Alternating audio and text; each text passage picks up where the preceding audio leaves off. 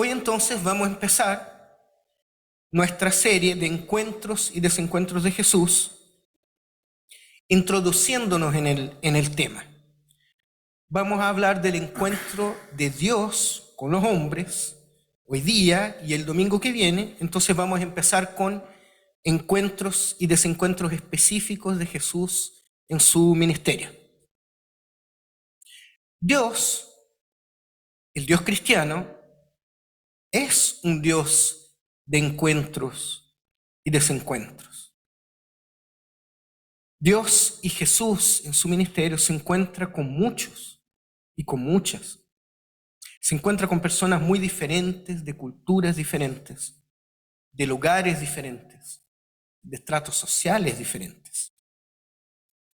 Y nosotros también como seres humanos, nosotros vivimos de encuentros y desencuentros todos los días. Entonces yo quiero invitarlos a que leamos en el Evangelio de Juan, el capítulo 1, de los versos 1 al 14. Verso 1 al 14 del libro del Evangelio de Juan, capítulo 1. Ahí está proyectado. Y si usted puede seguir en su Biblia, también puede hacerlo. Y yo lo animo a que lo tenga en su celular o en su Biblia, porque vamos a ir viendo en la reflexión, a medida que vayamos avanzando en ella, vamos a ir retomando algunos versículos. ¿Amén? Así que vamos a leer Juan capítulo 1. Dice así la palabra del Señor. En el principio era el Verbo, y el Verbo era con Dios, y el Verbo era Dios. Este era en el principio con Dios. Todas las cosas por Él fueron hechas, y sin Él nada de lo que ha sido hecho fue hecho. En Él estaba la vida, y la vida era la luz de los hombres.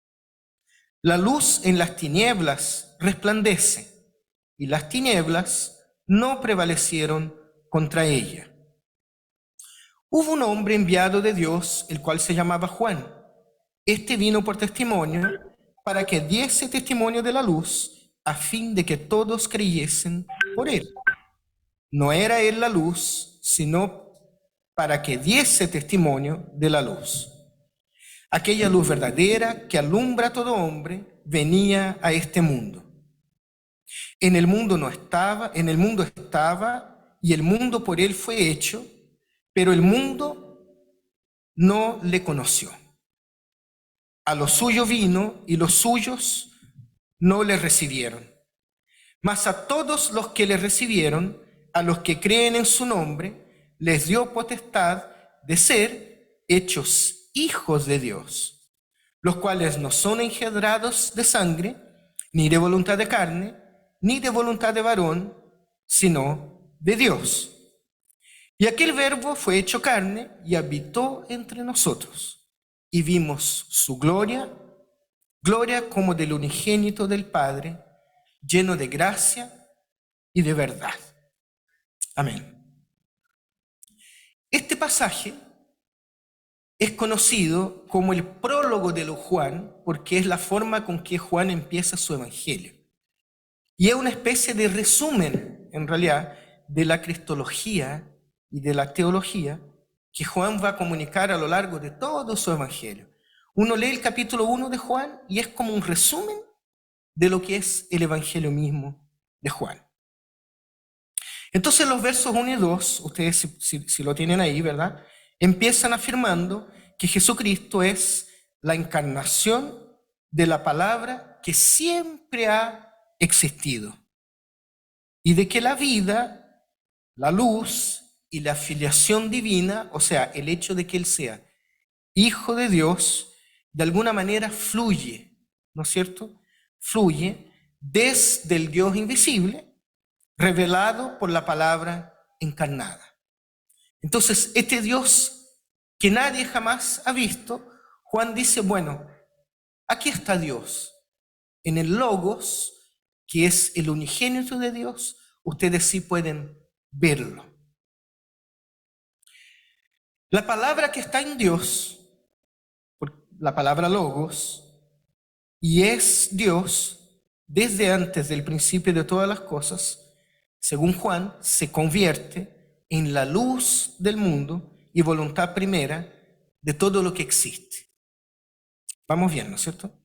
Entonces podríamos decir que la palabra misma ya existía antes de la historia humana y preexiste también en relación con Dios.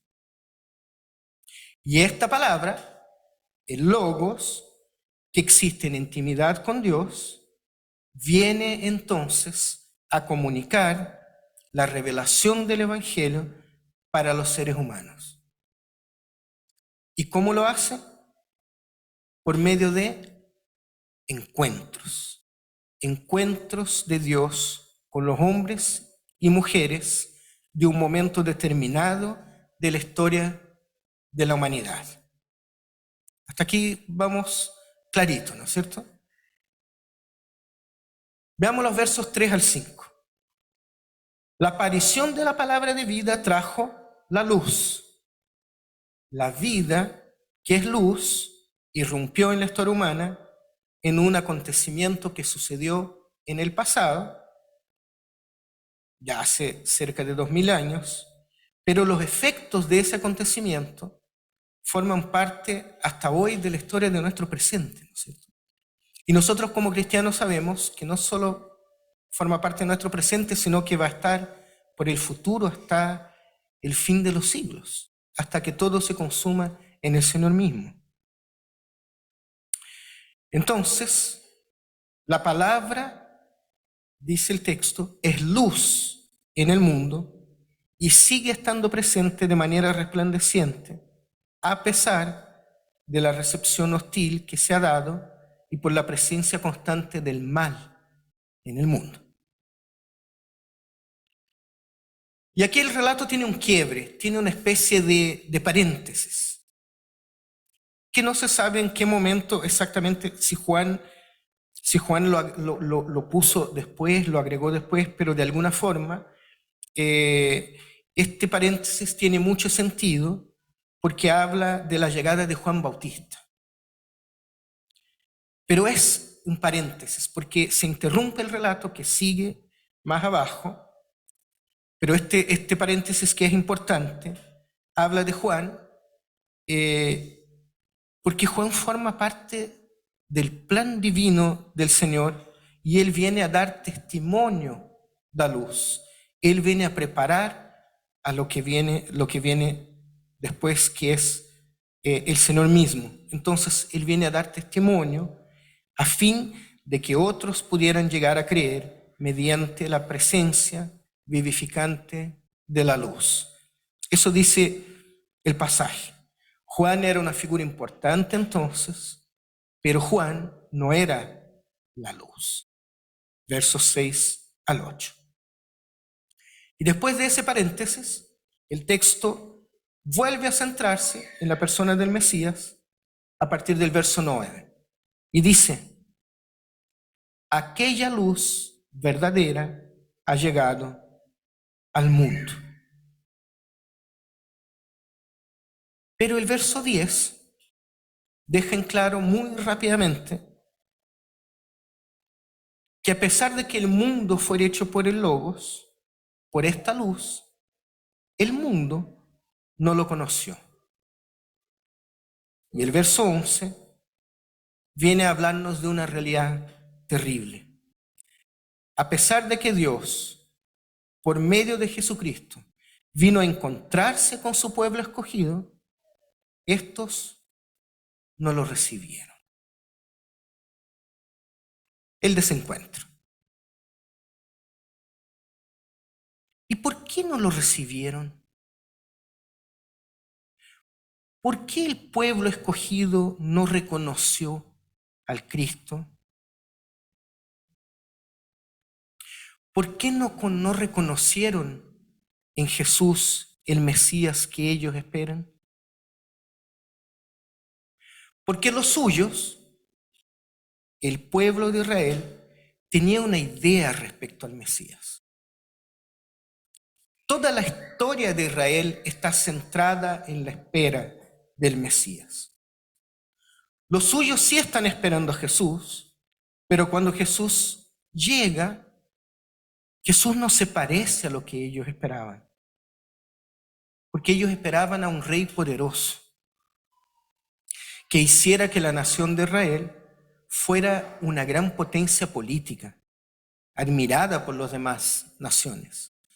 Lo que el pueblo de Israel esperaba era un libertador político, con espada, que venía a derribar el imperio romano en ese momento. Entonces Israel esperaba a un rey, a un libertador político, que no encajaba en la figura de Jesús. Por eso no lo reconocen. Pero nosotros sí sabemos que ese rey, el rey que esperaba Israel, es Jesús el Nazareno, que es rey, y es rey no solamente de una nación, sino que es rey de todo y de todos. El problema es que ellos no fueron capaces de ver en Jesús el rey que ellos estaban esperando. Fíjense, para ellos, para los suyos, para el pueblo de Israel, el rey, por ejemplo, no podía abrazar a los leprosos. Y Jesús lo hizo. Para ellos,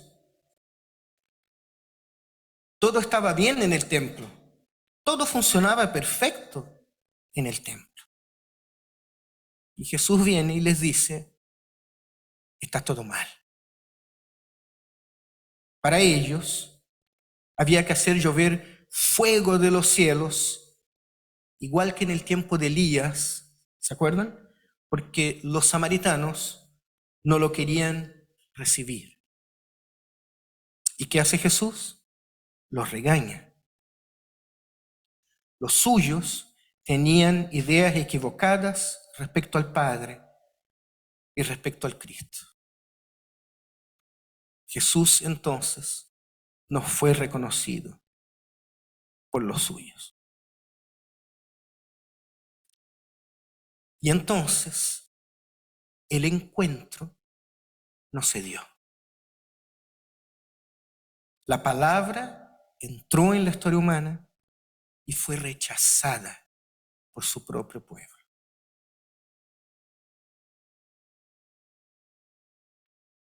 Ahora fíjense en el verso 12. Cuando hay un encuentro con Dios, cuando se produce un encuentro con Dios, recibimos a Dios y creemos en Él. Recibir, dice la palabra, significa creer en su nombre, ¿no es cierto? Miren, nosotros podemos estar cara a cara con Dios y no recibirlo. Así como los que están en el verso 11. Miren la diferencia que hay entre el 11 y el 12. Pero nosotros también podemos encontrarnos con Él, creer en su nombre y recibir poder, potestad para ser hijos de Dios.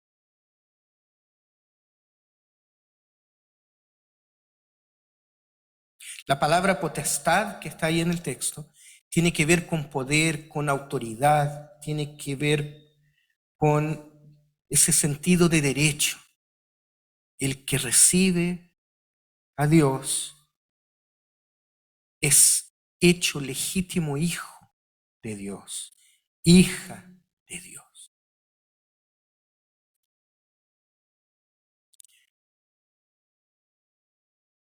Así que la palabra preexistente, vuelvo atrás, el logos, tan íntimamente asociado con Dios en el verso 1 y 2, ahora encarnado, es la comunicación y la revelación de Dios en forma humana, dice el texto, habitando entre nosotros. Dios viene a la historia y Dios se inserta en la historia humana. ¿Para qué? Para encontrarse con nosotros. Miren la segunda parte del verso 14.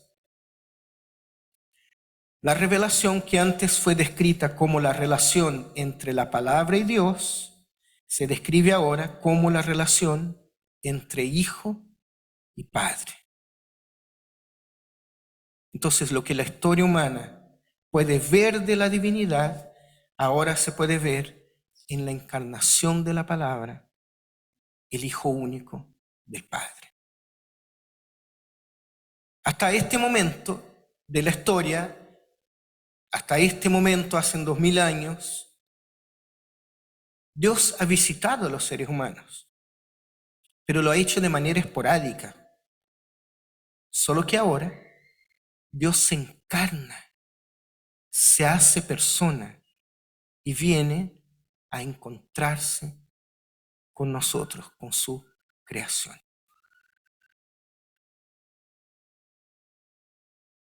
En la palabra siempre ha estado la vida, y la vida siempre ha sido la luz de los hombres. Sí, eso dice Juan. Pero ahora la luz ha venido al mundo, y aunque los suyos no se han encontrado con él, otros sí se han encontrado con él, creyendo en su nombre y siendo hechos, siendo transformados por Dios en hijos e hijas de él, no por voluntad de carne ni voluntad de hombres, sino que por voluntad de Dios. Miren, la palabra griega para verbo o palabra, nosotros sabemos, es logos. Recuerden que esta cultura acá es una cultura griega, y los griegos, en su interpretación de la divinidad y del universo, creían que todo había sido creado por una fuerza, un poder, un principio. Ellos creían que por detrás del cosmos, el universo, había un principio formador de todo. Entonces, a ese principio formador los griegos llamaban teón. Y decían que el teón tenía una inteligencia organizadora que era capaz de generar la armonía en el universo, la belleza en el cosmos, en la naturaleza. Y a eso, a esa función organizadora del teón, como le decían, logos.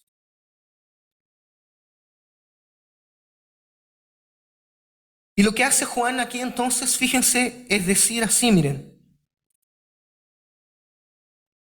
eso que ustedes dicen que está por detrás del cosmos y que dio origen y orden al cosmos, y eso que es lo que sostiene el cosmos, eso se hizo carne y habitó entre nosotros.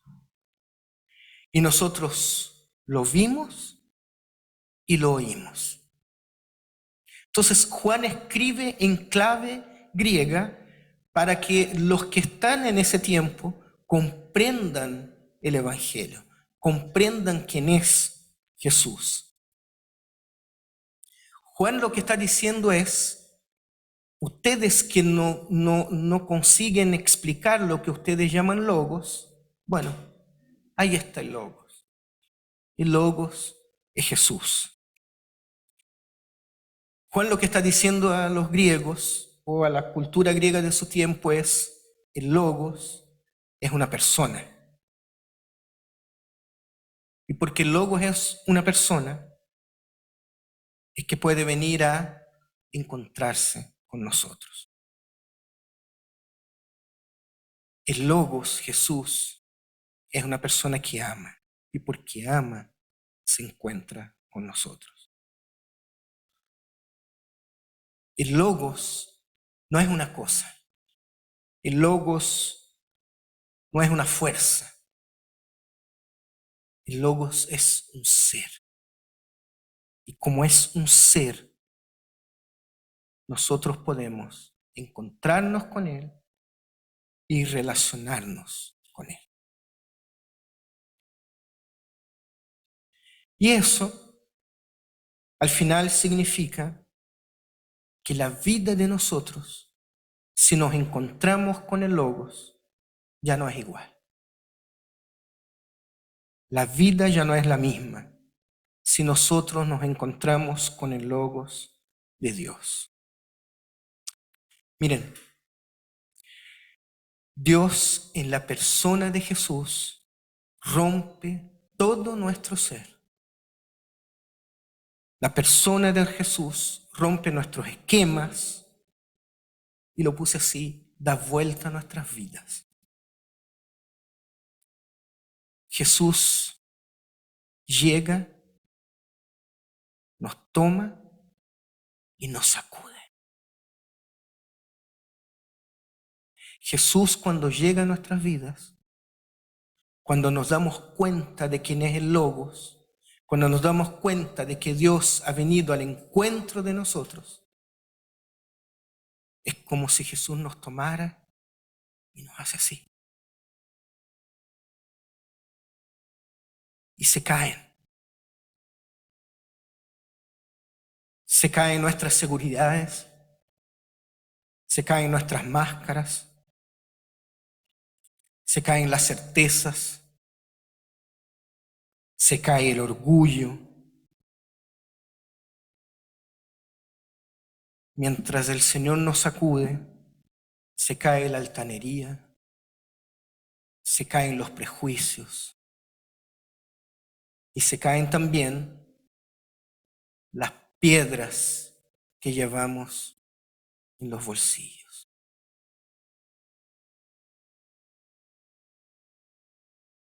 Y después que nos sacudió bastante, el Señor nos para delante de nosotros, se para delante de nosotros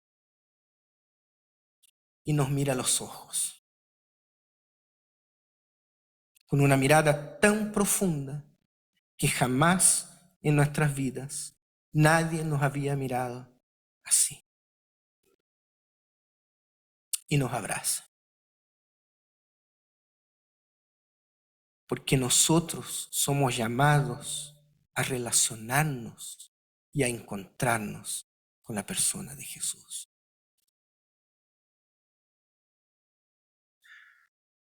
No es solo religión, no es solo nuestros ritos, no es solo nuestra liturgia, es una persona. Queridos y queridas, el Señor del universo, el dador de la vida, el creador de todas las cosas, vino a encontrarse conmigo y contigo. Vino a encontrarse con nosotros.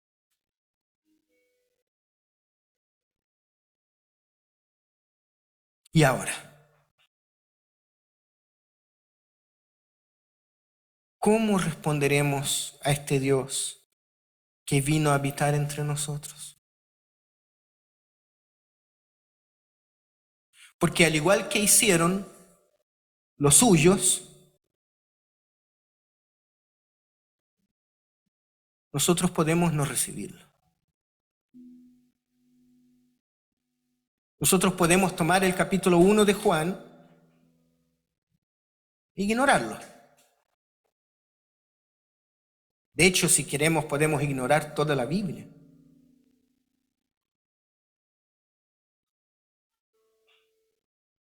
Pero la luz verdadera, el verbo mismo de Dios, ha venido a nuestro encuentro.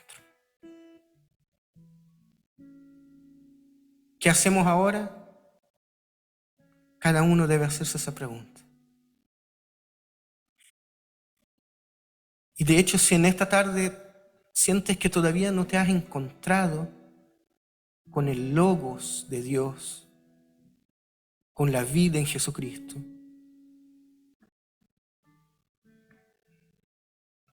yo te animo a que tú le preguntes.